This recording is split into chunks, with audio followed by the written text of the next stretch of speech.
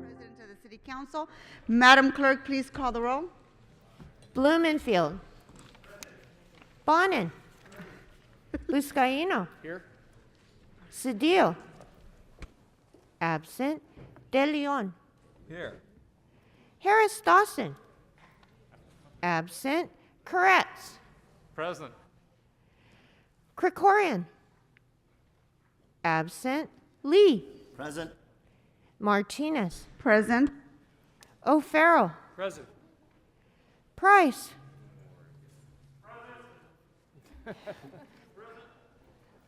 Rahman. Here. Rodriguez. Here. Wesson. 12 members present and a quorum, Madam President. First order of business. Approval of the minutes of March 29, 2022. Ms. Rodriguez moves and Mr. Price seconds. Next. Commendatory resolutions for approval.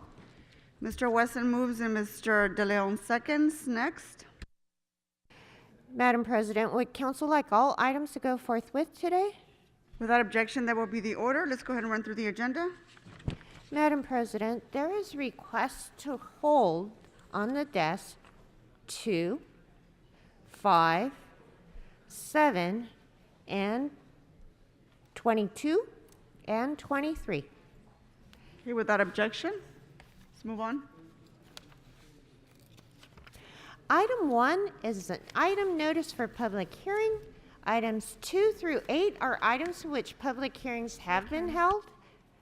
Items 9 through 23 are items for which public hearings have not been held. Items 24 through 26 are closed session items considered by the Budget and Finance Committee. 10 votes are required for consideration. Okay, without objection, those items are now before us. Mr. Buscaino? Thank you, Madam President. I'd like to call item 10 for a no vote. Thank Item you. number 10. Any other items, Mr. Buscaino? Thank you. Thank you. Mr. O'Farrell?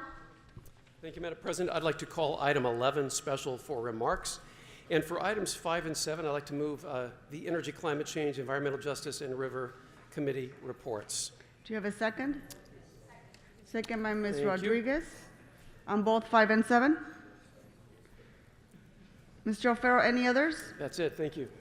Ms. Rahman, I'm sorry. Can I call item 6 special for remarks, please? Mr. Bonin? Thank you, Madam President. I know it's being held on the desk, but I just wanted to call item 2 special for a separate vote. Okay, thank you. Ms. Rodriguez? Item 8, please, for remarks. Members, any other items? See no other members on the queue. Madam Clerk, which are the available items for us to vote on? Madam President, that would be items 3 and 4. Let's go ahead and open the roll. Close the roll and tabulate the votes. 14 ayes. Let's go ahead and take up item 2. Let's open the roll. Close the roll. Tabulate the vote. 14 ayes.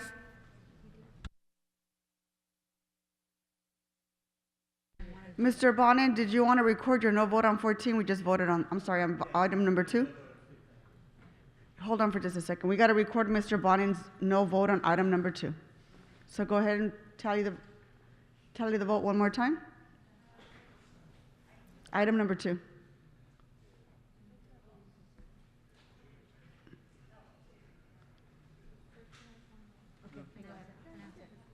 All right, thank you. There are no other items available for us to vote on except for 3 and 4, which we just did. Let's go ahead and move on to public comment. Oh, I apologize. Items 22 and 23 there's a hold on the desk. Do you have the amending motion for 22? I believe it's still being circulated, but I can explain what it is for the public before we take public So we're not comment. ready on 22? Sure. So as 22 is on the agenda, it suggests that there'll be a meeting on the 18th and the 19th for the budget.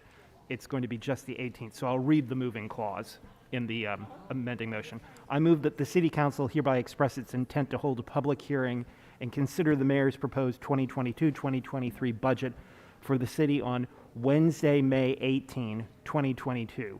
This meeting shall be devoted entirely to consideration of the Budget and Finance Committee report and City Council motions to amend the mayor's proposed 2022-2023 budget, and continuing each regular and special council meeting day until such time as the City Council concludes its consideration of the proposed budget.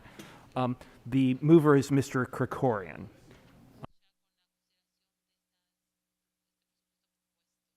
Okay, so that's being circulated, is that correct? Yes, it's being circulated, but I wanted to have the public aware of it. There's also a substitute resolution for item 23, and if I may, I'll just explain that. It's a simple change in the moving clause. The phrase in its 2021-2022 state legislative program was omitted. So the moving clause now reads, now therefore be it resolved with concurrence of the mayor that by adoption of this resolution, the Los Angeles City of Los Angeles hereby includes in its 2021-2022 state legislative program support to renew and expand the California Student Aid Commission CSA grant program at the increased level of $50 million over 2 years as a cost-effective investment in our children's future, presented by you, Madam President. And I believe that's also Mr. Price is a second on that. it's being circulated as well. Okay, do you have any others, Mr. City Attorney? I do not. That's all I have. Okay, Liz, why don't we go ahead and move on to the closed session items, which are 24 through 26. Mr. Krikorian? Thank you, Madam President. Items 24 through 26 are routine settlements that Budget and Finance has considered and recommends approval. On item 24, we recommend approval of the City Attorney's recommendations, and on items 25 and 26, these are outside council matters, and the committee recommends approval of outside council's recommendations. And those matters can be taken up in open session unless members have questions or concerns.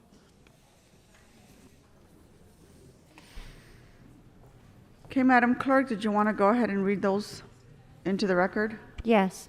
Item 24, in the case entitled Juan Gomez versus City of Los Angeles, there is a recommendation to expend up to $785,000 in settlement. Item 25, in the case entitled Anthony Cutres versus City of Los Angeles et al., there is a recommendation to expend up to $1 million in settlement.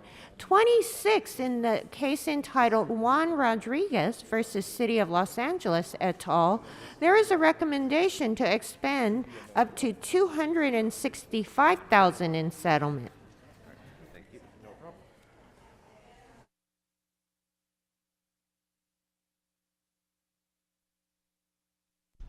Let's go ahead and vote on items 24 through 26.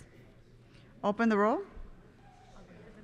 Close the roll and tabulate the vote. 14 eyes. Okay, let's move on to public comment. As indicated on the agenda, members of the public wishing to offer public comment should call 669-254-5252 and use meeting ID number 160-535-8466 and then press pound. Press pound again when prompted for participant ID. Once submitted into the meeting, press *9 to request to speak. When it is your turn to speak, an automated Zoom voice will ask you to press *6 to unmute.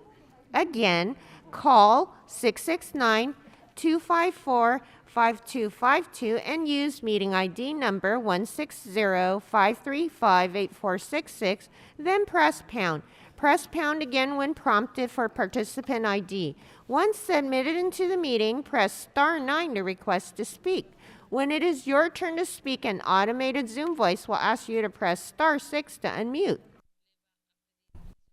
To members of the public calling in to speak, when it's your turn, please state which agenda items you like to speak on. You have 1 minute per item to speak, up to 3 minutes total, and if you wish, 1 minute for general public comment. We'll tell you when your time's up. Just to be clear, you may not call in multiple times. When speaking on the agenda items, you must be on topic. Our goal is to get through as many speakers as we can. If you're not on topic, or if we can't tell whether you're on topic, you'll get one brief warning from me or the president.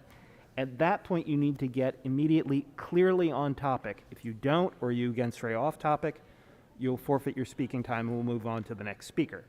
The items that are open for public comment are items 1 and 9 through 23. That's 1 and 9 through 23. You're free to talk about the other items if you wish in general public comment. For members of the public calling in to speak, as you were told, when it's your turn, an automated Zoom voice will prompt you to press *6 to unmute yourself. If you don't do so, council staff will prompt you once more. At that point, you need to unmute yourself right away, or unfortunately, you will forfeit your speaking time. Finally, we recognize that you may be listening to the meeting on more than one device, computer, channel 35, whatever, but when it's your turn to speak, please turn down the volume on those other devices right away. Because of feedback and a time delay between the live meeting and the broadcast, it really causes a tremendous amount of confusion if you're listening on multiple devices. And with that, Madam President, we are ready to begin public comment.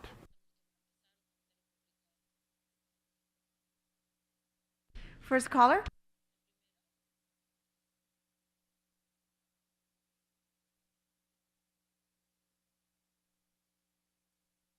Please state your name and the items you wish to speak on. Arnie Abramian, items 11 and public comment, please. Sure, so you have a minute for each. Please begin, Speaker. Good morning, council members. Arnie Abramian with National Hookah Community Association. First and foremost, I want to thank you for making the exception of hookah to be excluded from the current flavor ban. We have a small technical ask to correct, so it provides clarity for the future business owners and the current business owners of the hookah lounge owners, operators, and to protect our youth. Thank you again. We ask for your help, and we hope that we could pass this topic, this policy today with a technical correction, and we can move on to protect our youth and have clarity for small businesses.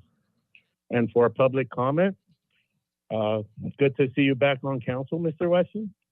And I believe our city of LA is doing great work. Post-COVID, we're finally getting over the COVID hardships and, opening our businesses back up, and our Angelinos are feeling comfortable to get out of their house and actually patronize our businesses. So please work with us. Thank you, and love you all. Take care. Thank you very much, Speaker.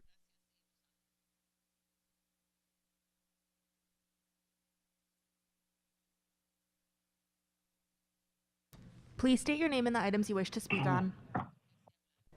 All items and general public comment. Good. So you have 3 minutes for items 1 and 9 through 23, followed by a minute for general. Please begin, Speaker. So you want to declare the ongoing state of emergency, and I'm looking at Nithya Raman right now, sitting there maskless. I'm looking at Herb Wesson, sitting there maskless. I'm looking at Gil Cedillo, sitting there maskless. I'm looking at your people, some of them standing there maskless. So where's the emergency? You all see other people throughout the day. Certainly some of them have the new variants. Why are you maskless indoors within inches of one another? Oh, look, Gil Cedillo is maskless, talking to Debbie Kim maskless. Look at that. They're standing there maskless within inches of each other, within inches of everyone else. So why are you keeping the public out of the meetings? It isn't because you're concerned about an emergency.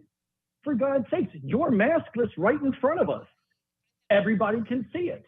You go to Target, maskless. You go to restaurants, maskless. You go to Ralph's, maskless, like we do. The reason why you're keeping out the public is to censor us, as evidenced by the fact that you don't have one single committee meeting going on this week.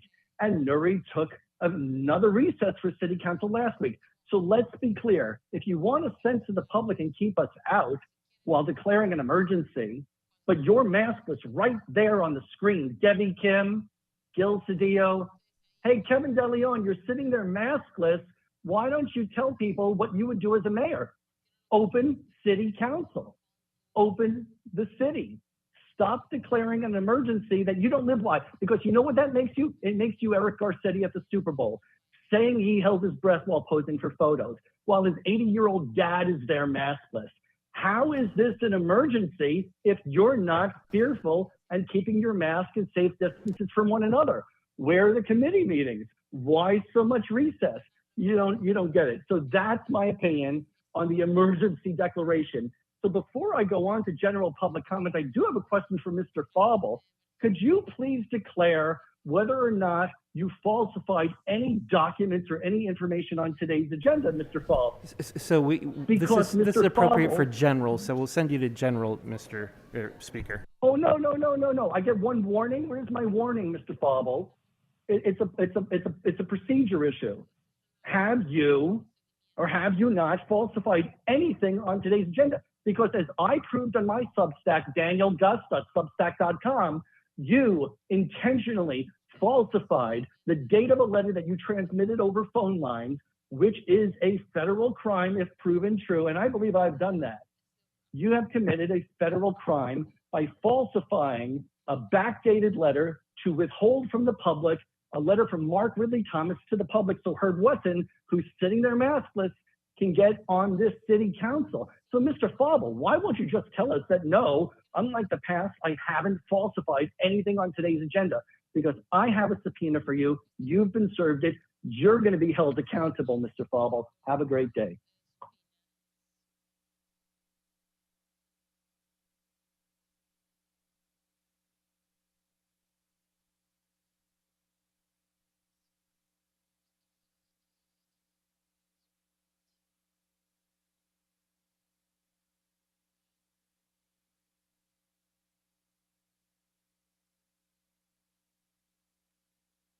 Please state your name and the items you wish to speak on. Rob Kwan, I'd like to speak on items 9, 10, and general public comment. Sure, so you have a minute for each. Please begin, Mr. Kwan. Thank you, Fauble. I do think it's really weird that we're continuing the state of emergency, continuing remote meetings, but we're also removing vaccination requirements for indoor venues. I think it was really sad that no one other than Bonin had enough pause to vote against this last week, let alone fucking speak about it. I don't relish in the fact that we might be seeing another variant, but it's just sad to see you all just kind of sleepwalk through this thing because you just really, really want it to be over. I find it really insane that back on April 22nd, 2020, Nuri Martinez introduced a motion requesting guidance for reopening City Hall. That's Council File 20-0467. That passed on April 20th, 2020. How long do you think it took to get that report back? A month, 6 months, a year? Now, it's taken nearly 2 damn years, and that motion has gone nowhere. There's been no response to it. That council file has had zero activity for almost 2 years. Just goes to show that you have zero plans for reopening City Hall. You whine to the media about decorum and being protested, act as though you're defenders of democracy. Who banned the public from City Hall? Who canceled 1/3 of your meetings? Who cut public comment 30 minutes a day? Who is screening calls so that dissenting voices are forced to use burner phones to get through to speak at a council meeting? You know who, and you also know how many of you have sat silently and let that shit go on. Actually, Gil Cedillo was whining the other night about Ukraine again and DSA. And I just want to say, you had your story, you had your little thing that you got Dave Z to write. Give it up. This is just really tired because if you want to play that stupid game, we can go look at David Schwartzman and Heritage Development Group that many of you have gotten money from. That development over at the Crenshaw Mall was enjoying financing from a Soviet-born oil tycoon who's chummy with some of the most prominent Russian oligarchs. So please, Gil Cedillo, keep Ukraine out of your mouth if you're trying to use it for your individual political purposes for LA City Council. Talk about it all you want otherwise. But you want to talk about your race? No. Have a nice day. Thank you, Mr. Kwan.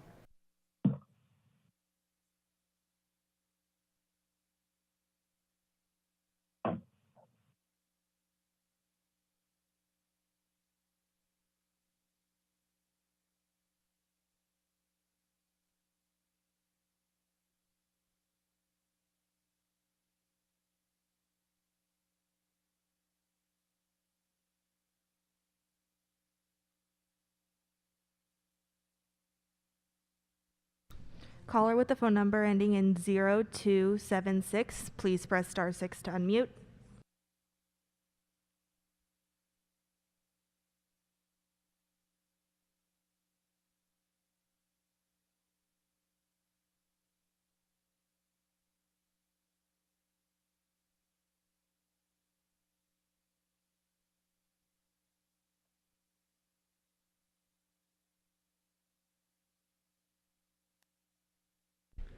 Are we having technical difficulties? Caller, can you hear us?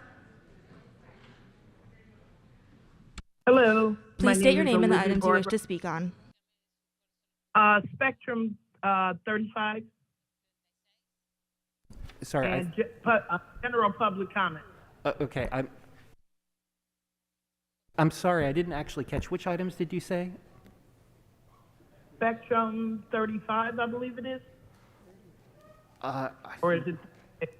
Well, we don't have an item, so why don't we give you a minute? We'll see what you're talking about, and then you may get a minute for general as well. So please begin. I'm an adult voter who smokes, and I think the city council should not be deciding whether to ban, do separately ban the menthol and other flavors. Because children have no business smoking at all, and they're not voters. You need to leave that to the voters. The problem of children smoking is the problem of parents not parenting, and I'm tired of paying for it. They should raise their own children, just like I raised my own, and leave it up to the smokers to decide whether they want the ban or not. Leave the ban open for the up and coming election. Okay. Please put that item on there. And Speaker, you were on. Sorry to interrupt. You were on item 11, which is open for public comment. So if you want another minute, please go ahead. Okay. The general public comment is I want to thank each and every member of the City Council for speaking up for all of us and hearing us in CD 10 and restoring Herb Weston to represent us. All we need is to be heard, and we need a seat at the table, and Herb is that for us. We can solve all of our problems here in CD 10, but we need someone to take what we want done to the City Council, and that is Herb Weston, and I thank you all for hearing us. Have a great day.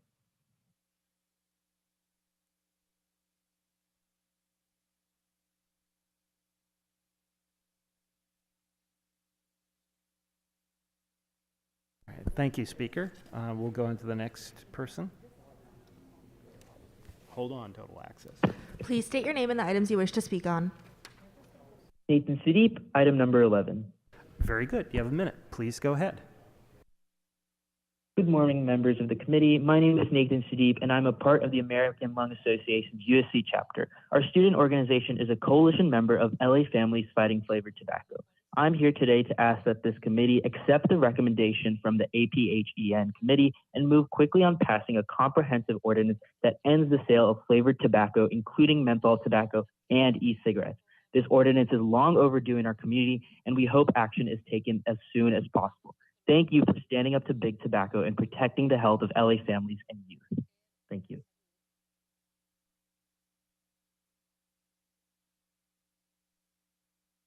Thank you, Speaker.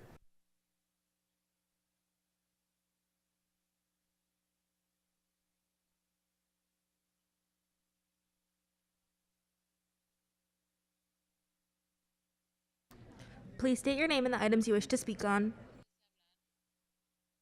Good morning. Danielle Ladner-Pratt with the Apartment Association of Greater Los Angeles.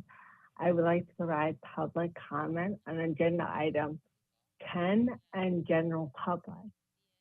Very good. So you have a minute for each. Please begin. Thank you.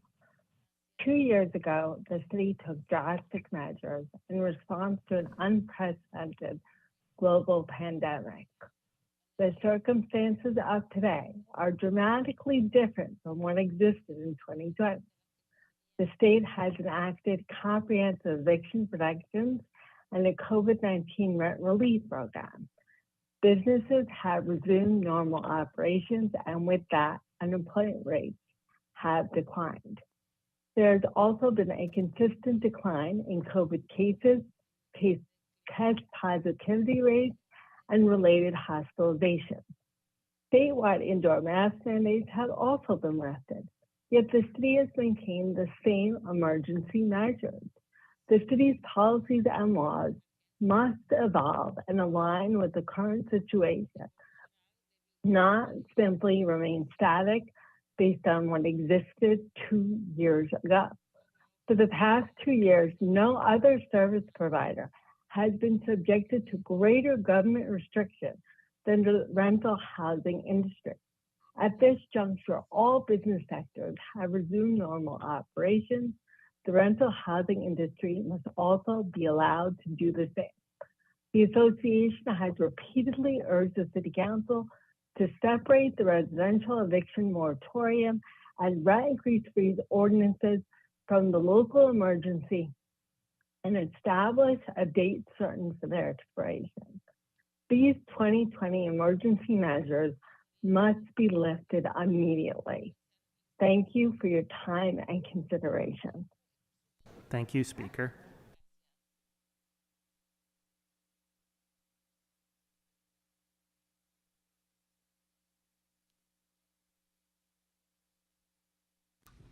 Please state your name and the items you wish to speak on. Janet, item number 11. Sure. So you have a minute. Please begin, Speaker. Yes, my name is Janet with the Hookah Lounge located in Northridge. We appreciate the city's attorney's support in recognizing the cultural importance of hookah. However, the draft ordinance does not reflect the city council vote. It exempts hookah lounges and should be remanded to committee for further clarity. Please help small business who have been struggling from COVID for years, and please save hookah. Thank you for your time. I think it sounds like you're done, Speaker. Okay, yes, you've hung up. Okay, so we'll move on to the next speaker.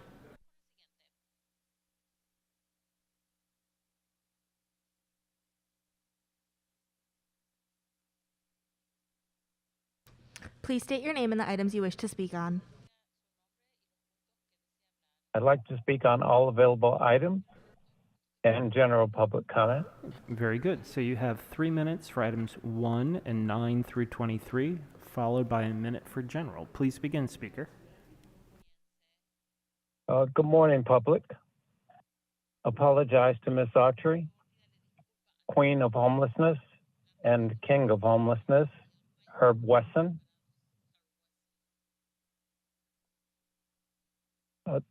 Another state of emergency.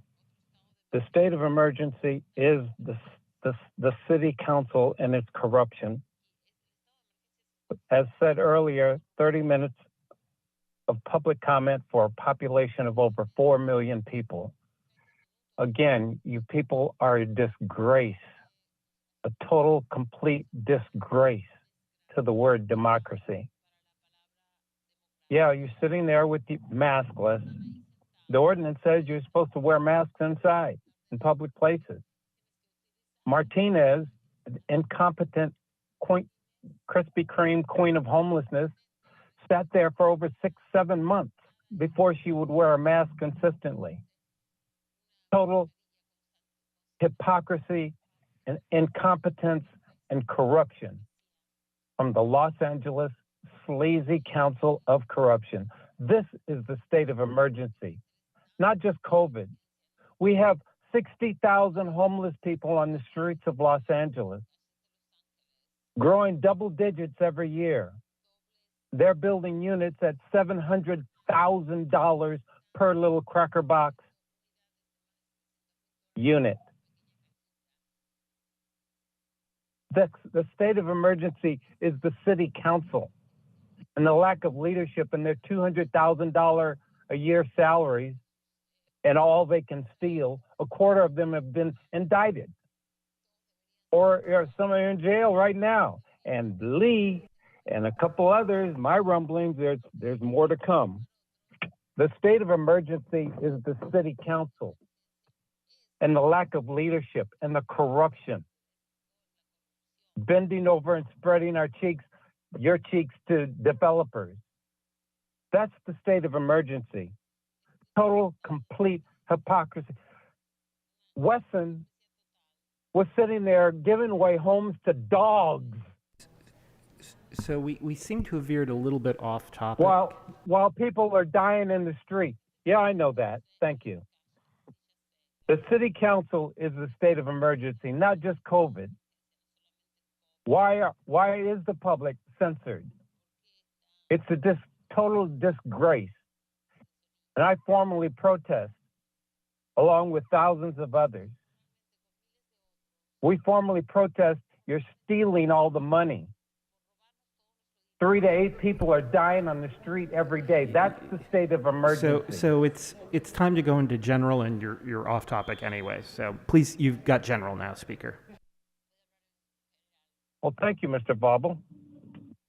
It sounds like you're in a little bit of trouble there. I've seen some of these documents. You're in trouble, Bobble. Don't follow your corrupt boss, the MF, the big MF.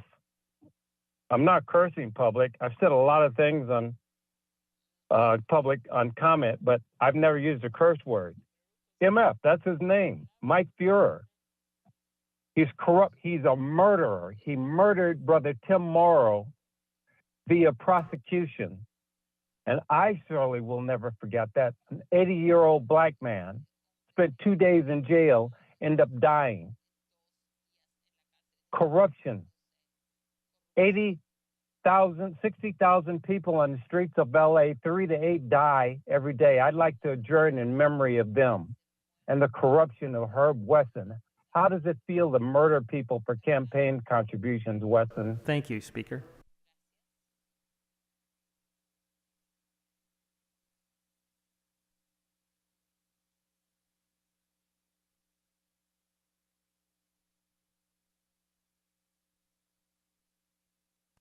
Please state your name and the items you wish to speak on. Hi, my name is Alan Fonseca, and I would like to speak on item 11. Sure, you have a minute. Please go ahead, Speaker. Good afternoon, committee. My name is Ivan Fonseca, and I'm calling on behalf of Brave Southern California, a nonprofit organization headquartered in LA. Give me a second. And focus on lung health issues. This ordinance is an important step for the city. We've had over 20 jurisdictions in LA County enact a flavored tobacco ban. It's important this ordinance is very strong and comprehensive without any exemption, bar none.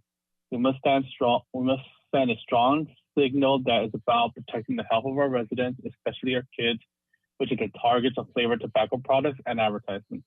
Lastly, the enforcement for this ordinance must be strong as well. It is important that we have the mechanisms in place to ensure that our kids don't have the access to flavored tobacco products that can harm their health. Please stand up to big tobacco. Thank you for your time. Thank you, Speaker.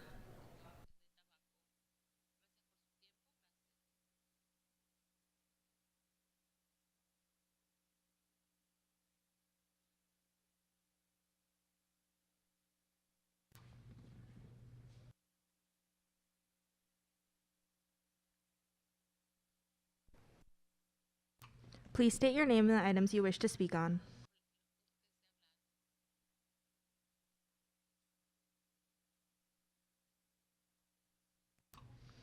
Caller with the phone number ending in 0600, please state your name and the items you wish to speak on.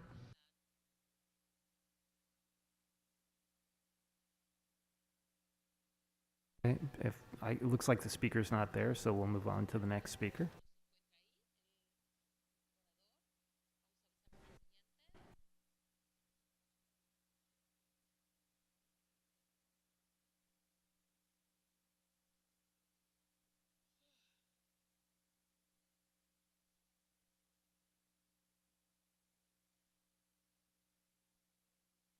Please state your name and the items you wish to speak on.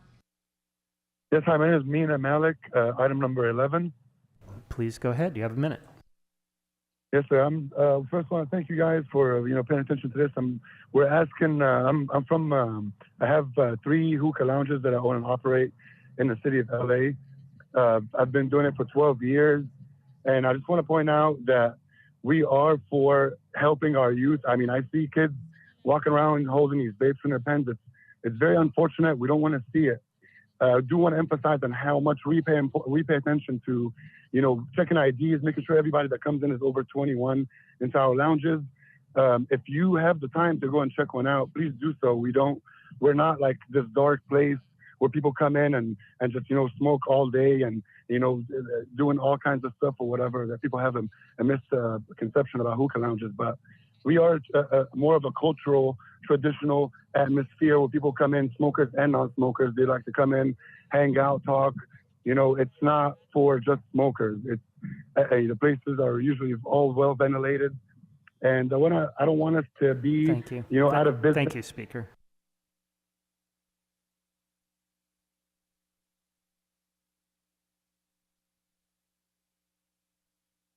Please state your name and the items you wish to speak on. Good morning, everyone. Marcos Alvarez, public agenda item, public comment. Okay, so which item do you want to speak on, Speaker? Just public on general comment. Oh, all right. So you have a minute. Please begin. All right. My name is Marcos Alvarez. I grew up in Myrtle Heights. Hello to Mr. Cedillo, former president of Local 660, Mr. Kevin De Leon. I'm also in the union. I'm a shop steward, and we'll be up in the board supervisor. My goal is I'm also umpire. Make it short on Sunday, and the players, whether in high school or little league, could not because it's. So, Speaker, we're right. having It's not trouble maintained. hearing you. You're cutting in and out. Can you get in a location that has a better connection, please? Yes. So We're still barely hearing you. So I'll tell you what. any strategy? Yeah. Let me walk away, and here we go. How about now? Sounds a lot better. Try now. Okay. So my apologies. Once again, say hello to Mr. Gilbert Cedillo and Mr. Kevin De Leon. I'm a men's league baseball umpire, and I was at Sunny Slope on Sunday, and many players were getting hurt because it is not maintained. And I'm reaching out to Ms. Rodriguez, Monica Rodriguez, believe it's your district, and we can find a way to update and maintain that field in the interest of safety. And once again, thank you for everyone for what you do. Thank you for your time. Thank you, Speaker.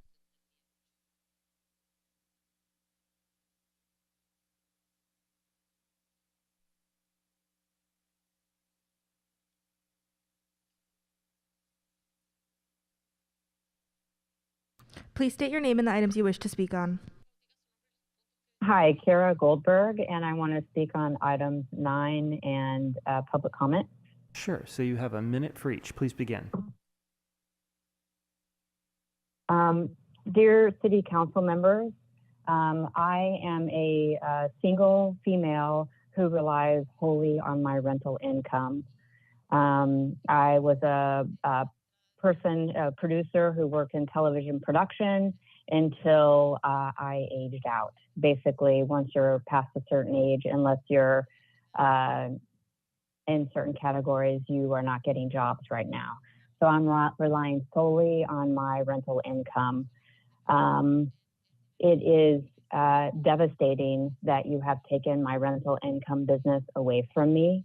I worked very hard to get the down payments for the buildings that I did buy, and I am struggling to keep up with the maintenance, the additional supplemental property insurance that has been levied So, Speaker, upon sorry me. to cut in. It sounds like you were in general public comment and not any of the items. Was there one of the items that you wanted to speak on? Item 10. So Item 10. Okay, so let's talk about item 10, which is the declaration of emergency then, please.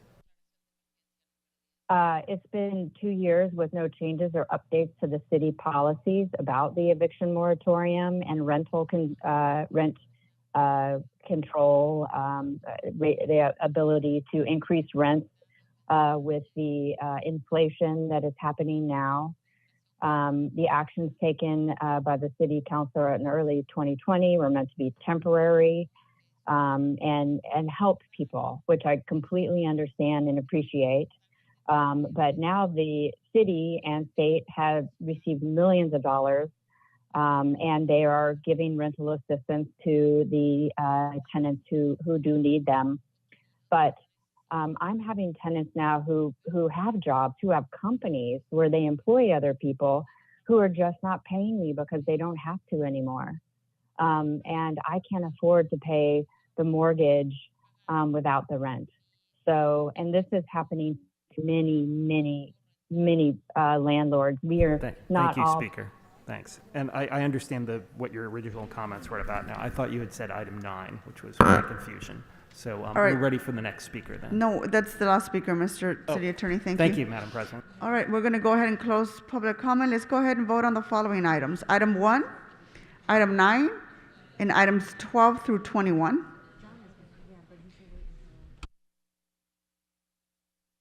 Let's open the roll, close the roll, and tabulate the vote. 14 ayes. Okay, let's move on to items 5 and 7. These were amended by Mr. O'Farrell and Ms. Rodriguez. Let's go ahead and open the roll, close the roll, and tabulate the vote. 14 ayes. Let's move on to item number 10.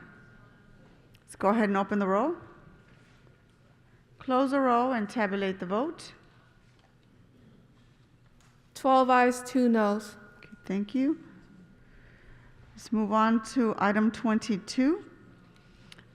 This requires 2 votes there since there's a substitute motion, so let's go ahead and whether to substitute or not. Let's open the roll, close the roll, and tabulate the vote.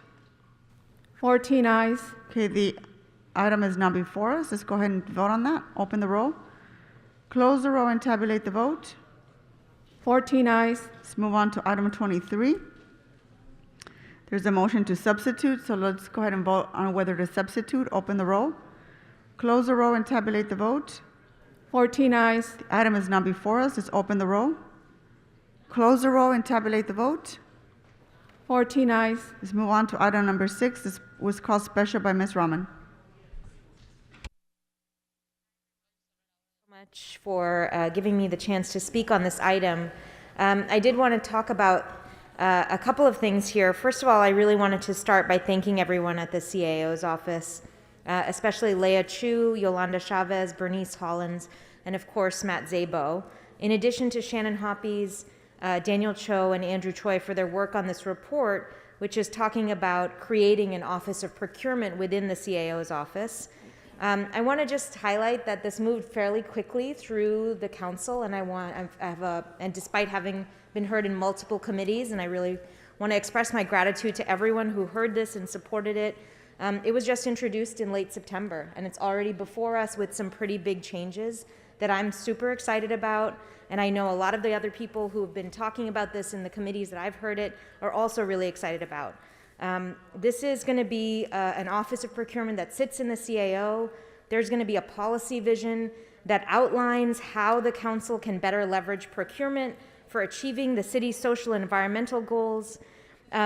This is also an office that's going to be really entrusted as the authoritative resource on the city's procurement process. This is a big development. The city hasn't really entrusted any office with this level of responsibility when it comes to procurement. And I think this change in entrusting this office with that kind of responsibility, it's going to help us become more transparent. It's going to help us become a more accountable spender of public money. And because this is such a big office that has big goals for how we spend the city's incredible public dollars, I want to just say that the budgetary allocations that have been outlined in this report, to me, are really a minimum. The report notes that some of these costs might be required to be revised upward once we understand the full implications of moving this Office of Procurement into the CAO. And I really want to encourage all of my colleagues here and the mayor's office, and I know they have because they've been pushing for this for a long time, but to really prioritize thinking about this and supporting it fully as we move forward through the upcoming budget conversations. So thank you all. Very exciting to see these changes finally happening, and looking forward to seeing the results that come to the city of LA from it. Thank you. Seeing no other members on the queue, let's go ahead and vote on this item. Open the roll, close the roll, and tabulate the vote. 14 eyes. Okay, let's move on to item number 8, call special by Ms. Rodriguez.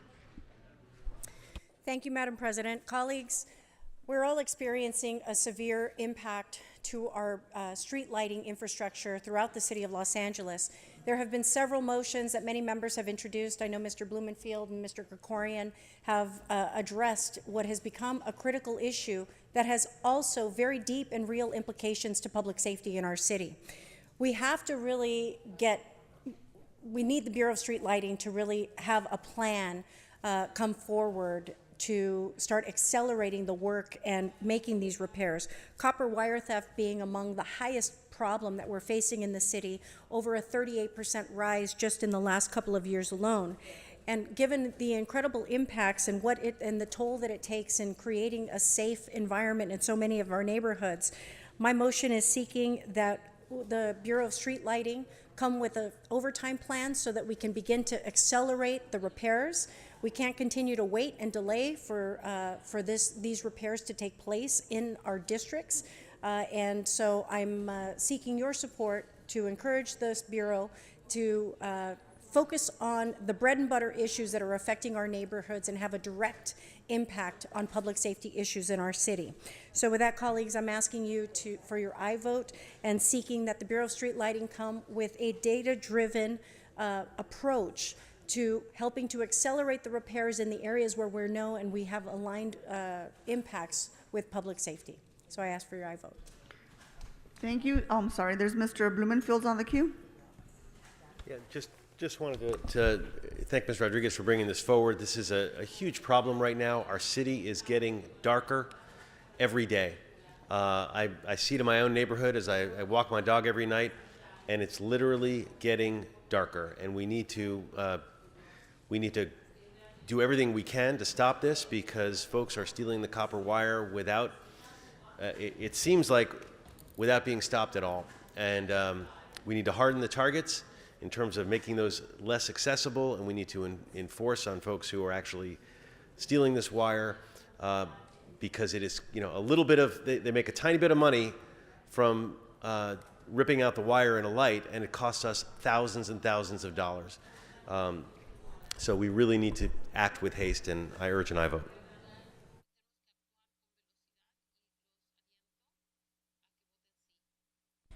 Okay, seeing no other members on the queue, let's go ahead and vote on this item. And let's open the roll, close the roll, and tabulate the votes. 14 eyes. Okay, let's go ahead and move on to item number 11. Mr. Lee, do you want to kick this off? Followed by Mr. O'Farrell. Thank you, Madam President. Colleagues, before us today is the Arts, Parks, Health, Education, and Neighborhood Committee's report in consideration of a draft ordinance with the committee's proposed amendments. This council and this committee has spent a tremendous amount of time undergoing a thorough, deliberative process regarding this issue. And the committee's amendments consist of several technical changes, as well as a few changes that create an ordinance that is more consistent with the council's instructions last June.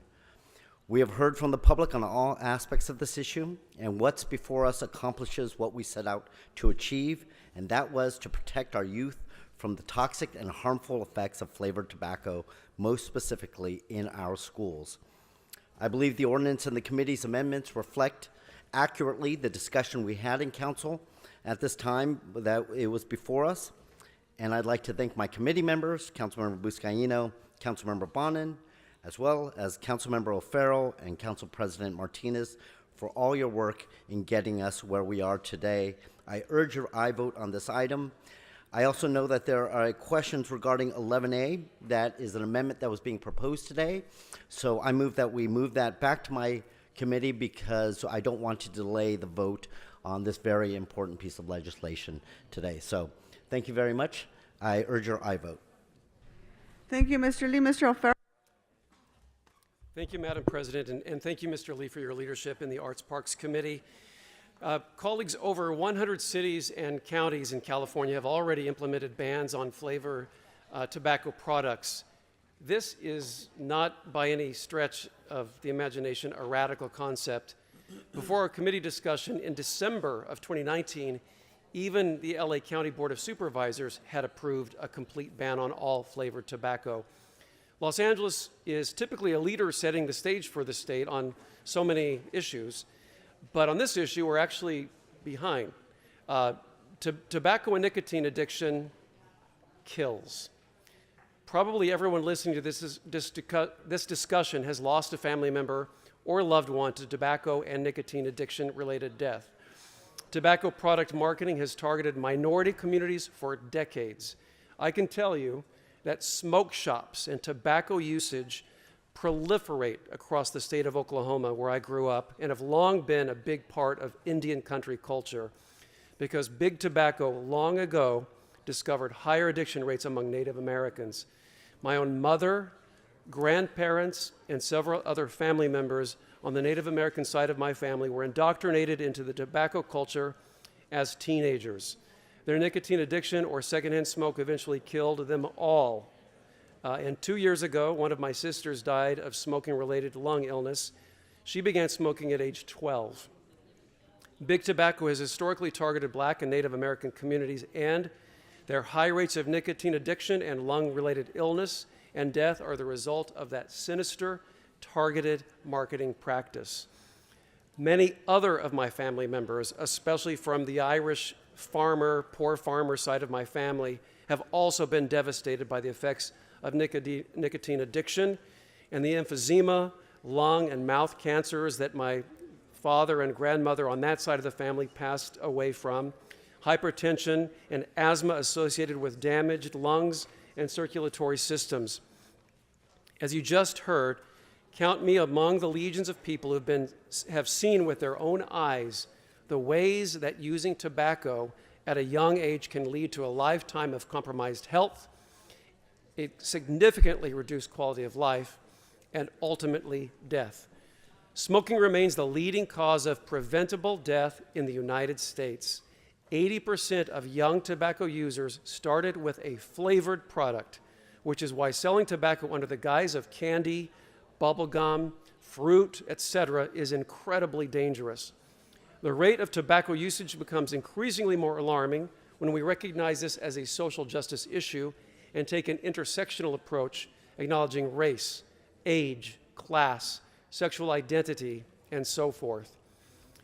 We have a duty to protect our youngest and most vulnerable residents against the lifelong, deadly impacts of tobacco in the city of Los Angeles. That being said, we are not banning the possession of these products or the use of them by anyone 21 or over. What we're doing is banning the selling of these products to underage youth who are particularly vulnerable to the deadly outcomes that I just mentioned. We make these policies surrounding flavored tobacco with full intention to respect culture and protect legally operating hookah lounges. I'd also like to make sure that the draft ordinance that will come to council is consistent throughout with the instructions that I will support today that were moved out from the Arts, Parks, Health, Education, and Neighborhoods Committee. Again, I'd like to thank everyone involved, the advocates, businesses, parents, our public, all of you, my colleagues, and Mr. Lee, the chair of the committee, and Council President Martinez for everyone's hard work and dedication to moving this important initiative forward. We've put a lot of work into this topic, and it has not been a simple task. I know that we're all looking forward to seeing a generation of children free from tobacco. These preventable deaths do not need to affect younger generations any longer. With that, I ask for a unanimous aye vote on this item. Thank you. Mr. Koretz? Thank you, Madam President. And I would like to join Mr. O'Farrell in pointing out the importance of not marketing to children anymore. I've been involved in the anti-tobacco movement since the 70s, and everybody now knows that tobacco causes cancer, has family members that have died from tobacco usage. My father started smoking when he was 10, very typical. But every time we've restricted tobacco use, there are fewer and fewer people that smoke. And I would have thought by now it would be down to 0. But the fact is, the tobacco companies have realized they have to keep hooking new generations of young smokers. So they use cartoon characters like Joe Camel. They have advertising in stores at eye level for 5-year-olds, 6-year-olds, not marketing to adults. And then flavored tobacco. They have to use something that pulls them in because they have to hook a new generation and kill them off and continue doing that. It's difficult, especially to be in an industry where you have to kill your customers and then you have to grow a bunch of new ones. Well, you literally grow up with them hooked into smoking with flavored tobacco. So as we've made it more uncomfortable to smoke in public, because of public health, you're not exposed to a lot of secondhand smoke. How do they hook kids? Well, this is it. So if we are able to knock out flavored tobacco, we knock out one of the last ways in which kids are hooked, spend a lifetime of poor health, and die prematurely. And I can tell you in my family, I don't know how much of it is genetics, smoking has not helped. There is no one in my family that lived past the age of 62, especially on the male side. My father, before me, was the oldest person to live to 62 when he passed away. I had cousins that died at 40 because of their heavy smoking. We have to make this change. We can't keep letting this happen. And this is one of the most dramatic steps society can take. If you can't have easy access to kids to flavored tobacco, if you stop the advertising that targets to kids, if you take all these steps, you will virtually eliminate tobacco use eventually in the United States. And we have to do that here and now. Mr. Blumenfield? I'll be brief. I cast this aye vote today as a parent in thinking about my kids and all of our kids and against the tobacco predators that are always lurking out there trying to hook new customers. And I ask you to cast your aye vote as well. Thank you, Mr. Blumenfield. See no other members on the queue. Madam Clerk, per Mr. Lee's recommendation, I will send 11A back to his committee, which is Arts, Parks, Health, Education, and Neighborhoods, without objection. Let's go ahead and vote on the committee report before us now. Let's open the roll. Close the roll. Tabulate the vote. 14 ayes. What's before us now? Council has motions for posting a referral. Motions are posted on the city clerk's website shortly after the meeting for the public's viewing. To subscribe to receive copies of today's council motions to your email, please visit clerk.lacity.org. Those are posted and referred. Members, are there any announcements? Are there any announcements? Announcements first, Mr. De Leon. Thank you very much, Madam President. I rise, Madam President, to just make a very quick presentation and also a very quick recognition, celebration, if you will, of an incredible woman. And this week, Leah Herzberg celebrated incredibly her 100th birthday. And Leah Kovar Herzberg, so we all know, was born on March 27th in 1992 in Riga, Latvia, and arrived at Ellis Island on June 23rd, 1922. Along with her mother Rose and her father Simon Kovar, the family settled in New York City with only $50 in their pockets, and her father's bassoon in a burlap sack. In time, her father, Simon, joined the New York Philharmonic Orchestra, conducted by then Arturo Toscanini.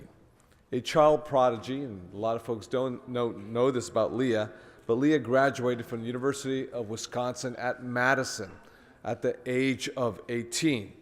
And she married Norman Herzberg, who also became a famous bassoon player himself during her senior year in college. After completing his military service during World War II, the family moved to St. Louis, Missouri, where Norman joined the St. Louis Sympathy. But a pivotal year was 1953, in the mid-50s, 1953, because that's the impact that had, that's the huge impact on California and LA, because Leah herself urged her family to move to California from the Midwest, come out to California. That's the future of America. And she urged her family, and they came out to California because of the state educational system. After raising 3 children, a medical doctor, a lawyer, and a doctor of nursing, she followed her passion for progressive politics. Now, Leah is known as a quote-unquote super-ager. I didn't know what a super-ager was until this morning. The term comes from a UCLA study back in the 1990s. And Leah has what the study determines superior scores in memory and executive functioning that compares actually to people in their 20s and 30s. And if you know Leah Herzberg, I know there's quite a few folks here, especially our representatives in the Valley, who know her extremely well. You're not going to meet a woman who is sharp, as clear-eyed as Leah Herzberg, especially a woman who's very clear in her values and her principles and what she believes in. Now, today, Leah still lives in Encino, in the home she and Norman built 70 years ago, and she has 4 grandchildren and 2 great-grandchildren, and enjoys visiting them up in Sonoma County, up in Northern Cal.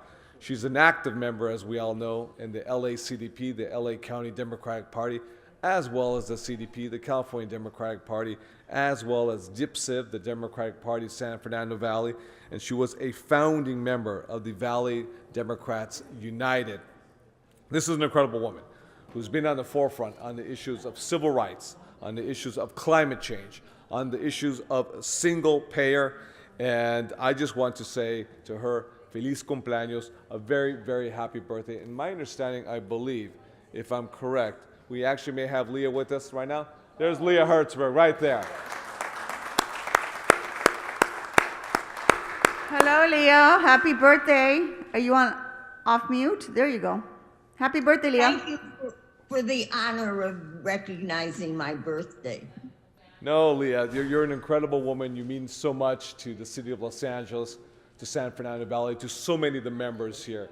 You know, Madam President, I know Mr. Blumenfield, as well as Mr. Krikorian, as well as Mr. Lee and Ms. Rahman, who are members geographically of San Fernando Valley. You are one of our greatest jewels. You are an immigrant. And a lot of folks don't know that you're an immigrant who crossed that big pond, the Atlantic Ocean, coming to the East Coast, relocating with Norman, you know, to St. Louis, Missouri, and then having the courage to say, let's go, Norman, let's get out of town by sundown, let's get to California, let's get to the West Coast. You're a true Angelino. So I just want to say, Feliz cumpleaños, a very, very happy birthday, 100 years of incredible life, Leah. You got many more to offer us.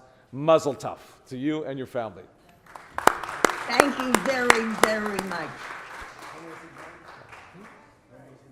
And thank you from the family. No, absolutely, Norman. We love our mother, grandmother, and great-grandmother. Mr. Blumenfield? Hey, Leah, just wanted to add my voice. Happy birthday. This is someone who is a stalwart Democrat, among other things, and has just given so much life to the Valley. and the San Fernando Valley and the Democratic Party. When you were born, President Harding was president, and the world has changed so much, but you have helped make a difference in the Valley. And so I want to just thank you very much for all that you've done and wish you a happy birthday. Mr. Koretz? Well, thank you, and I wanted to wish you a very happy birthday as well. It's amazing. You're sharpest attack at 100. You're still on the interview panel at the LACDP, and you're probably the sharpest person on that committee. So we appreciate your amazing work. I feel like I've known you for the whole 100 years, but it hasn't been quite that long. But as long as I can remember being involved in politics and in the Valley, you've been there. So we greatly appreciate it, and we're looking forward to the next 100. Thank you. Thank you very much. You look fabulous, Leah. Happy birthday to you. Thank you for joining us. Thank you. Bye-bye. Happy birthday. Bye-bye. Bye. Mr. O'Farrell? Thank you so much. God love you, Leah Herzberg. May we all be so blessed. Colleagues, there is nothing more progressive than moral and material support for the Transgender Day of Visibility, and I'm so happy to lead in this wonderful announcement and celebration. And tomorrow, March 31st, is Transgender Day of Visibility, an international event which serves to celebrate the accomplishments and victories of transgender and gender diverse people, while also recognizing the work that is still needed to save trans lives. Each year, I join the Transgender Advisory Council to celebrate this day because acknowledging trans lives matters. This community faces many adversities, and we must recognize their plight, and as policymakers, set our trans brothers and sisters up for success. Nationally, some policymakers are doing everything they can to harm trans people, to score political points in the upcoming midterm elections in order to get votes. In the first 3 months of 2022 alone, state lawmakers have proposed at least 238 discriminatory bills targeting LGBTQ+ students, athletes, and curricula. This type of hatred and bigotry is not new to the LGBTQ community. Politicians and activists have long targeted marriage equality, gays in the military, queer literature in schools, and transgender rights. These legislative efforts defy our nation's values of freedom and equality and amount to nothing but schoolyard bullying disguised as legislation. Yet, there is so much to inspire us. Our current president actually cares about trans lives and has taken historic actions to advance equality for transgender Americans and root out discrimination. In Sacramento County, Andy Mudrick was appointed by Governor Newsom to become the first openly trans judge on the California bench. Here in Los Angeles, we have much to be proud of. A few weeks ago, I was honored to join the Asian Pacific AIDS Intervention Team, APIT, on their monthly Midnight Stroll, a program which provides outreach and supplies to unhoused LGBTQ+ people in Hollywood, Koreatown, Downtown, and MacArthur Park. The Midnight Stroll is managed by Transgender Advisory Council member and APAIT's Senior Manager of Strategic Partnerships, Jasmine Creighton. The Transgender Advisory Council teamed up with LA Civil Rights and my office to provide trans inclusion in the workplace training for employers looking to hire from the trans community. And tomorrow, on Trans Day of Visibility, these businesses will be interviewing and hiring at our trans and non-binary job fair. I want to congratulate TAC member Eden Luna for spearheading this project and their fellow TAC members for assisting. They include Lucky Alexander, Carla Ibarra, Mallory Jenna Robinson, and Karina Samala. I'm endlessly proud of the progress our TAC is doing under the leadership of Chairwoman Karina Samala. And I thank the Transgender Advisory Council for their work to advise City Hall on how best to implement policy programs, and projects that tackle the issues that matter most to the transgender community in Los Angeles. Our Transgender Advisory Council works under the umbrella of the LA Civil Rights, under the leadership of Executive Director Capri Maddox and the LA Civil Rights Department. Her team and my office are proud to join with the Los Angeles Public Library and City Librarian Out Proud John Szabo to share with you the exciting literature and educational resources they provide our trans and gender diverse communities. Can we please roll the video?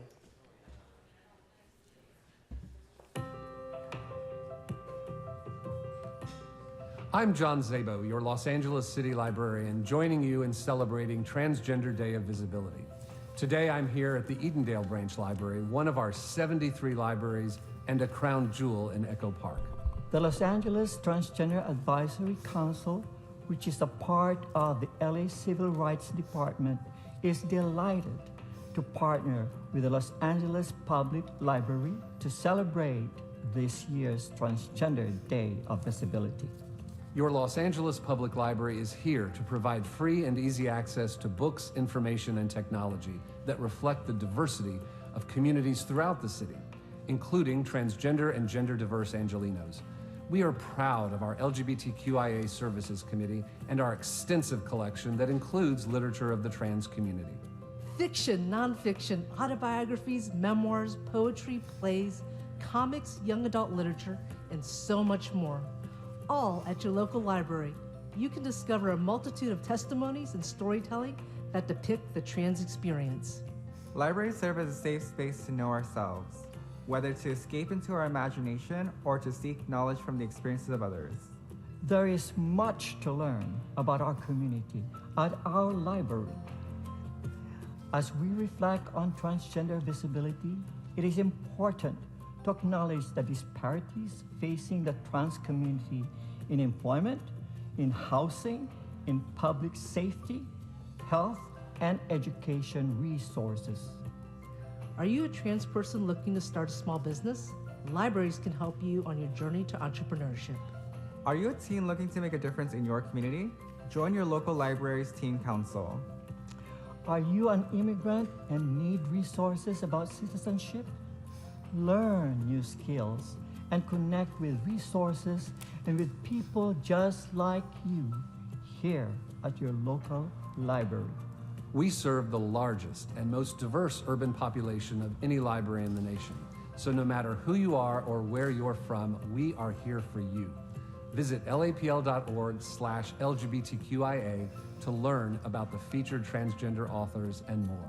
We invite our trans community to visit the local branch library. Happy Trans Day of Visibility. Thank you to John, Eden, Mother Karina, and James for uplifting our libraries like many of you. I grew up in our public library system, and Los Angeles has an amazing library system, and I'm so glad to uplift reading and learning along with our Transgender Day of Visibility. I'd like to acknowledge Channel 35, our wonderful partners in this. In addition to John, our city librarian, Niels Bartels, our senior librarian at the Edendale branch in the 13th District, the library staff there, and the entire Los Angeles Public Library staff. From our LA Civil Rights, Capri Maddox, Executive Director, Francisco Ortega, Senior Project Coordinator, Mark Pampanin, Communications Director, LA Transgender Advisory Council, Karina Samala, Chairwoman, Eden Luna, and of course, James Nguyen. And to close, I want to announce that tomorrow night on Trans Day of Visibility, City Hall will be illuminated in the transgender pride colors. And in doing so, we here at City Hall acknowledge the importance of our transgender community. This is a wonderful day to celebrate, to work against hate, and work for enlightenment and understanding. Thank you so much. Thank you, Mr. O'Farrell. Mr. Koretz?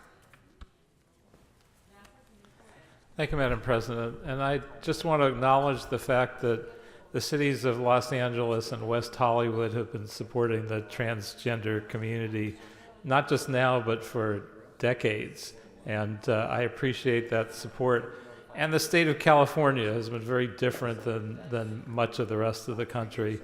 And we take it for granted now, but I was proud to have the transgender community come to me and ask me to carry legislation 16, 17 years ago to ban discrimination against transgender individuals in obtaining health insurance and in getting their benefits.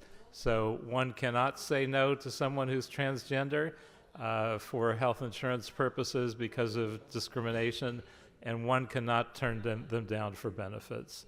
And I think that's important that California has led the way, and even though in more conservative states we're having a backlash, I know California and Los Angeles will stand strong in support of our transgender sisters and brothers. Seeing no other members on the queue, thank you, Mr. O'Farrell, for that announcement and presentation. Any other announcements, members? Mr. Buscaino. Adjourning motion, sorry. Let's go ahead and rise for the adjourning motions. Thank you, Madam President. Members, we lost an incredible member of the Watts community this month, Betty Day, and I'd like to take a moment to honor her legacy. Betty Day was born on February 2nd, 1940, and during the Second Great Migration in the 1940s, her parents moved from Texas to California with hopes of creating a better life for her family and generations to come. Betty met and married Arthur Day in 1955. They were married for 65 years until his passing in December of 2020.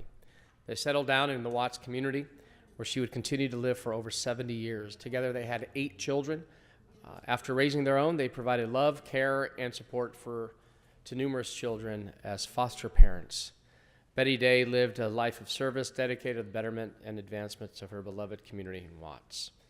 Starting in her early 20s, she ran the Watts Towers Teen Post, affiliated with the Watts Towers Art Center, providing a safe place for children after school, promoting community love and pride, and supporting the growth of the music and arts culture there. Years after its closure, she continued to work locally for the community-based nonprofit Watts Labor Community Action Committee and the LA Unified School District. And upon retirement from LAUSD, Betty became board president and founder of the Watts Gang Task Force, where today is a national model to follow, working together in conjunction with the LA Police Department, building relationships, faith, trust between the officers and the community, which continues to meet 10 years later after every Monday in Watts. And this Watts Gang Task Force, something that Betty really embraced, provided an opportunity for her commitment and leadership to reducing violent crime, but also building relationships. She was a spirited individual. She was tough yet loving and joyful. She fought for Watts until her last breath.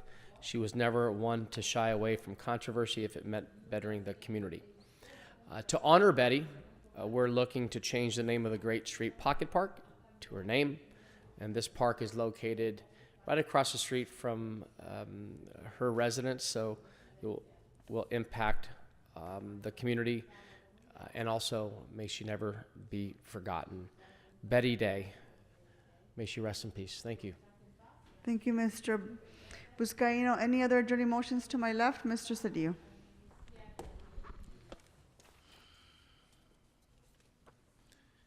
Dear colleagues and Madam President, it's with a heavy heart that I stand to tell you the story of the consummate Chicano lawyer.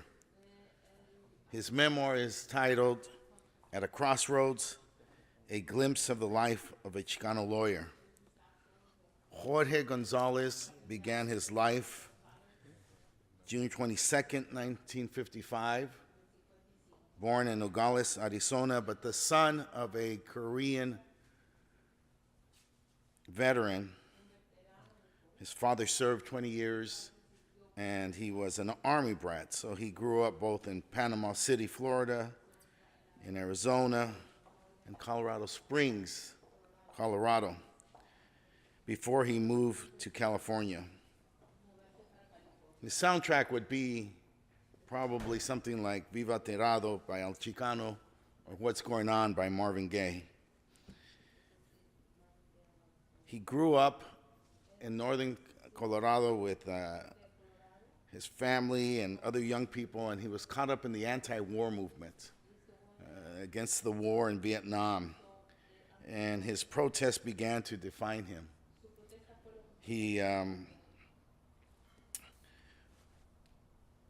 There he was in a milieu of people, the Crusade for Justice with Corky Gonzalez. He was there with members of CASA, Jose Calderon, who's now a longtime professor at Pitzer College in Claremont. And he met these people, and he began to be driven by his purpose in life.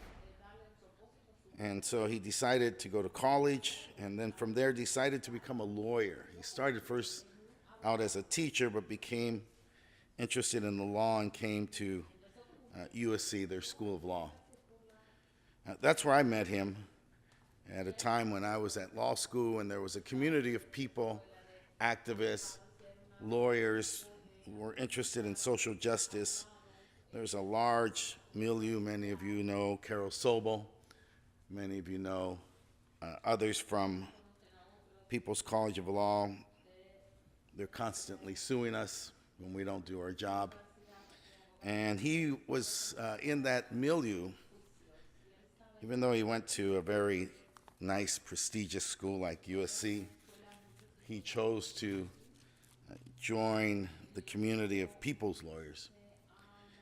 In fact, when he graduated from law school, his first job was at El Rescate, which was the first nonprofit for Central Americans who were fleeing the war of Central America, and he began defending them and partnering with the giants of the field, Peter Shea, Tim Barker, Carlos Holguin.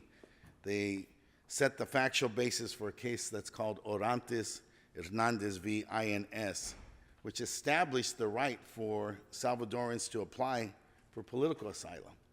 It's a significant case in case law with respect to immigration law, and it is the basis for which we have such a large diaspora of Salvadorans and Central Americans, many in my district, many in the valley, throughout the city.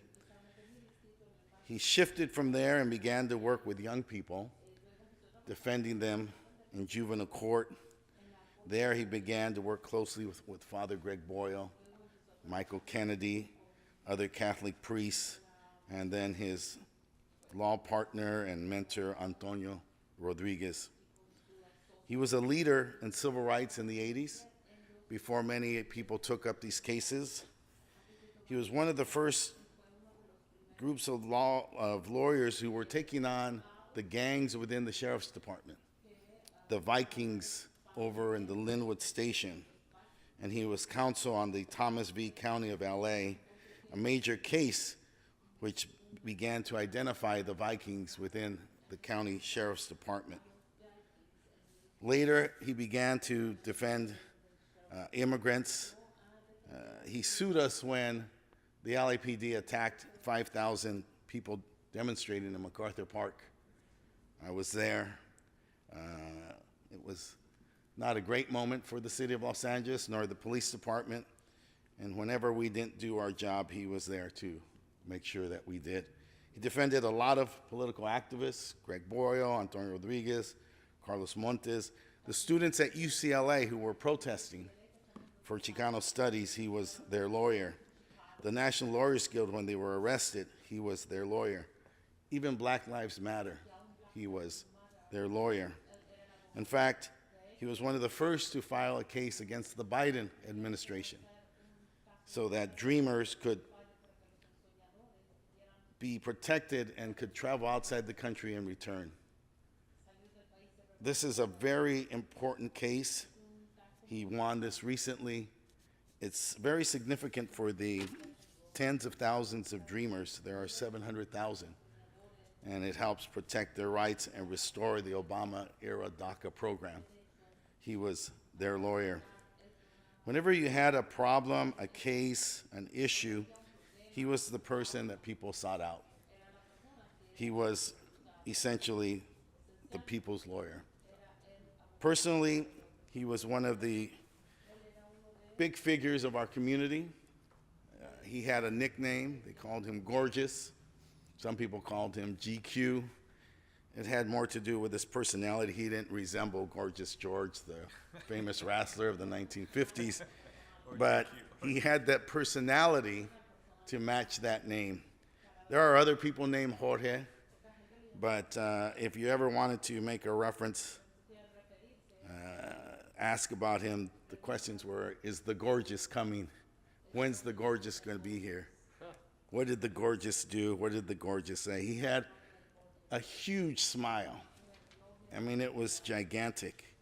And he was always the favorite at all our parties and gatherings and protests and dinners.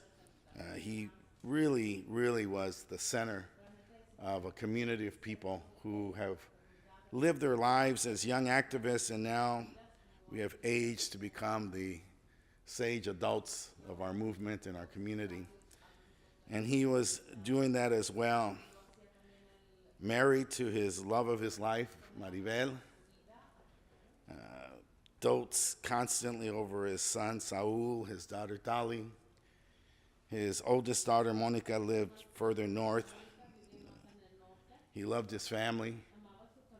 He was beloved by thousands of people because he was always open to their issues, to their challenges, and he was their defense.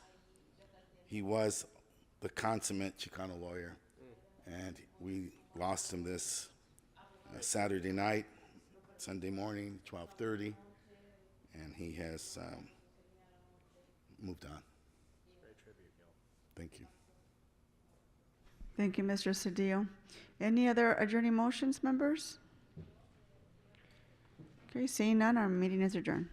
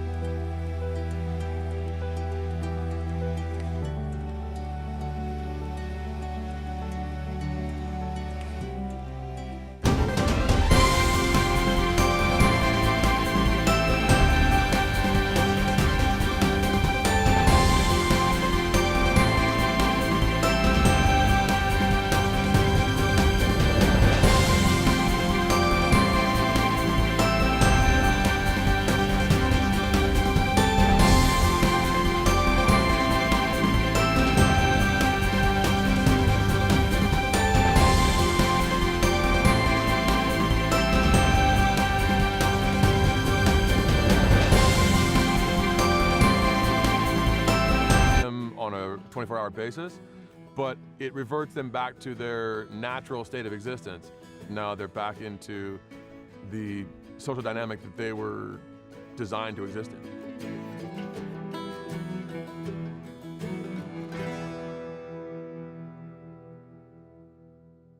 Maverick is another Hi, really, Maverick. really good horse. Very, very good in the hills. If we ever needed to search and rescue, if someone was lost at Griffith Park and they needed, 20 of us to go up in the hills and do a search, we would use him. Obviously not Whitewater, and we kind of pick and choose. So my job is to assign people that particular day what horse it is. Now, 95% of the time, you would use the same horse Right. every day. But if I was you're- going to ask if each officer is assigned a horse they or are, whether they you are rotate. assigned a horse. They are, absolutely. But if you were assigned Whitewater and we were doing search and rescue, you would ride another horse that day. So we have we do training days every month. So we put you on different horses so that way I can see you ride other horses. That way I know during a search and rescue, during a crowd control, during this, you can ride other horses. You aren't strictly gonna ride one horse. Where most of the time you will, but Hi. your capabilities of riding horses get better and better the more horses you ride, because all of them are so different. Yeah, So they have different personalities. Like Whitewater just doesn't care, as slow can be in the streets, just unbelievable. And you'll get like Parker, for instance. He is probably one of our bigger horses. Hi, Parker. He's an ex racehorse off the track.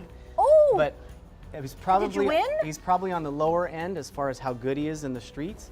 But if you wanted to go in there and cuddle with somebody, cuddle with a horse, this is your man. Oh yeah. Oh yeah. One of the nicest horses we have. Really pretty branded? horse. Yeah, a couple of them are branded from where we bought them from. All right. Yep. Hey, Parker. No, he's ignoring me. Parker. Hi, sweetheart.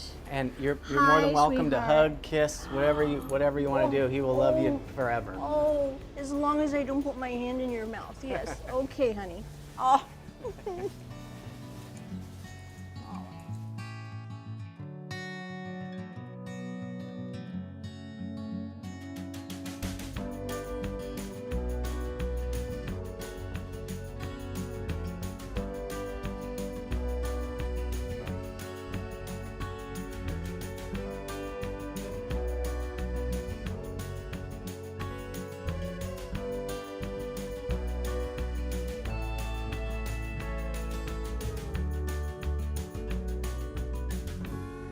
Okay, there's lots of pictures around here, but that one here definitely attracts one's Yes, attention. this is one of our hottest pictures we have here. This may look unbelievable, but we don't want something like this to happen. No. This is a scary thing. This was in a kind of a riot in East LA, and he actually didn't go backwards, he made that landing. So Wow. it is probably just an unbelievably beautiful picture.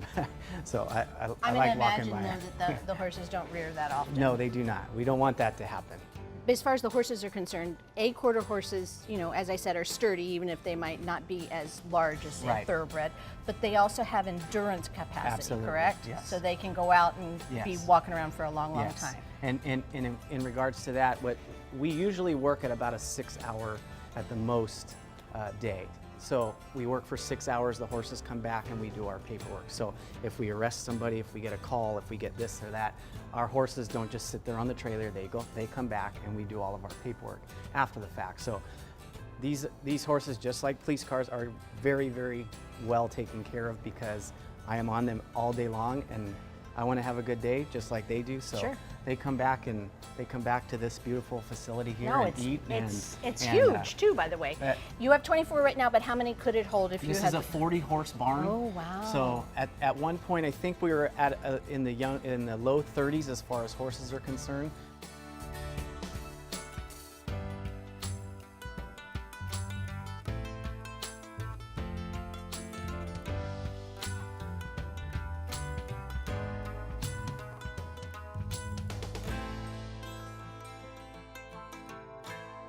The last maybe 5-6 years, we've done a lot of horse rescues where we don't take our horses. So like maybe in Sylmar, maybe a fire starts. Oh right. And it's a huge horse area.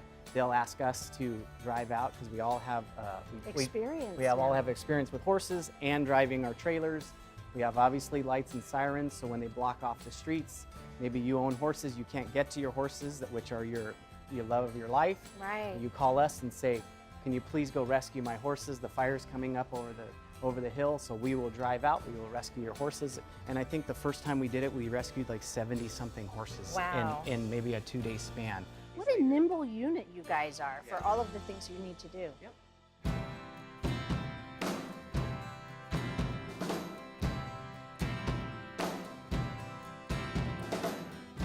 The horses are in uniform, so this is their uniform pad that we ride in the streets with that goes under the saddle. So our day consists of getting here, getting our horse ready. Getting our horse ready means brushing, picking their feet. Maybe they need a bath. Maybe obviously their hair has to be brushed. We put their saddles on, their pads on, their bridles, and then we take them out to the arena and we warm them up.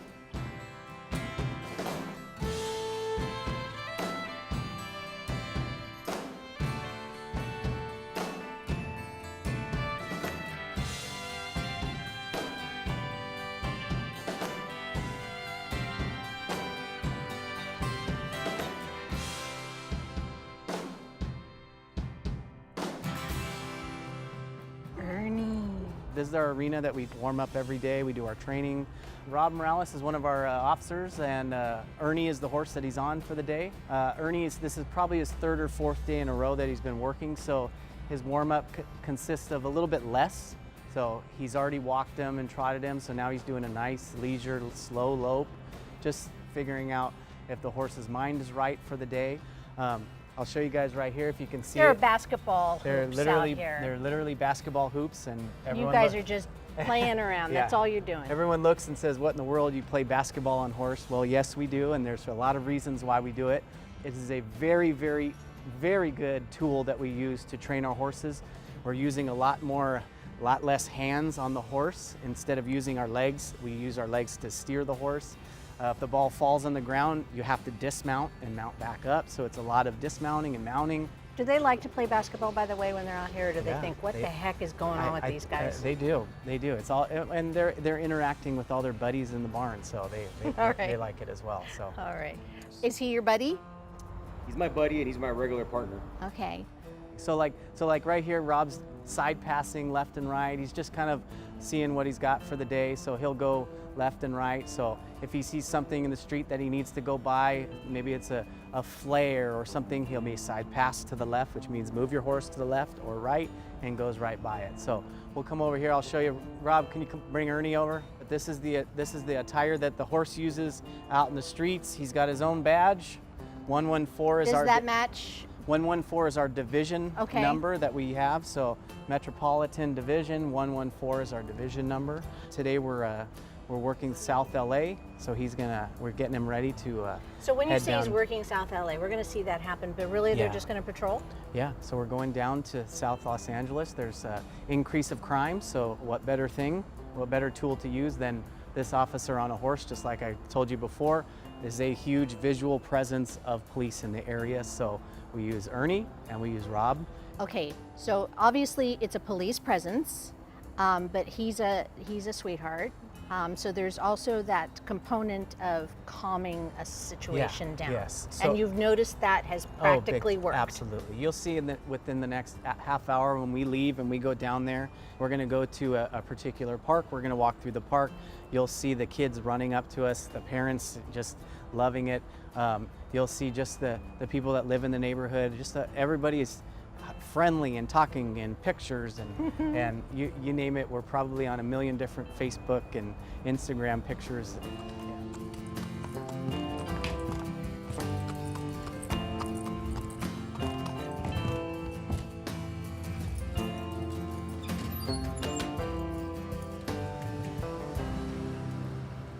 Probably the worst part of our job is to do all the police officer funerals.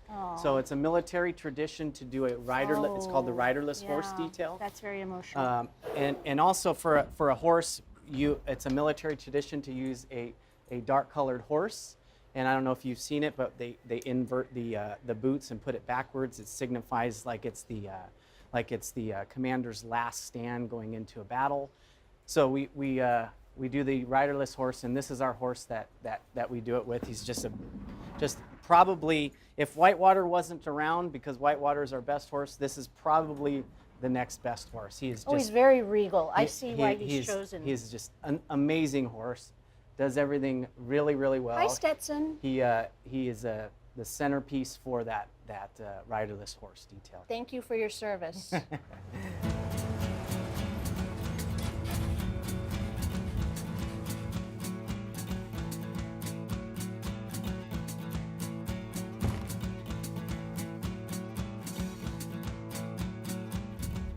This one's new.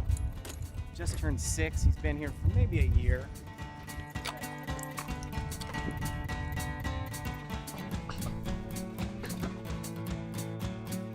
I say to a lot of people that want to come to this unit, yes, it's a blast riding a horse in the streets of LA, but you got to remember, in the dead of summer, I don't have an air conditioner. In the winter, you're cold. The horses are 1,200 pounds of muscle that you need to deal with. So there's a lot going on. It isn't all smile, wave, and nod. There's a lot to it.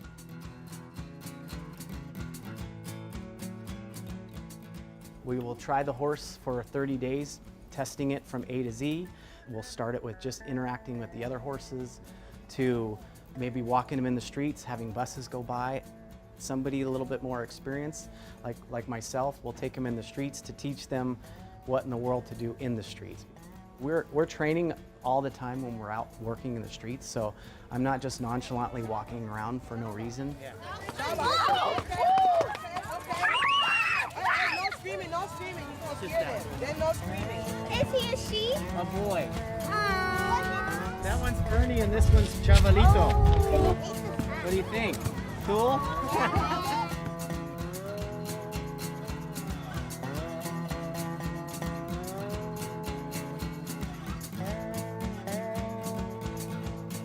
You get a lot of kids that say, this is the first time I've pet a horse, this is the first time I've seen a horse.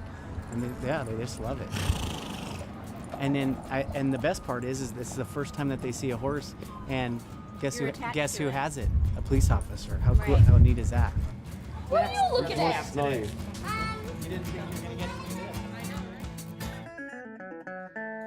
this? You rely on the generosity of the community to Yes. help buy the horses. Yes. Is there a reason that is? Yeah, the Los Angeles Police Department pays for our facility and the feed and this and everything else.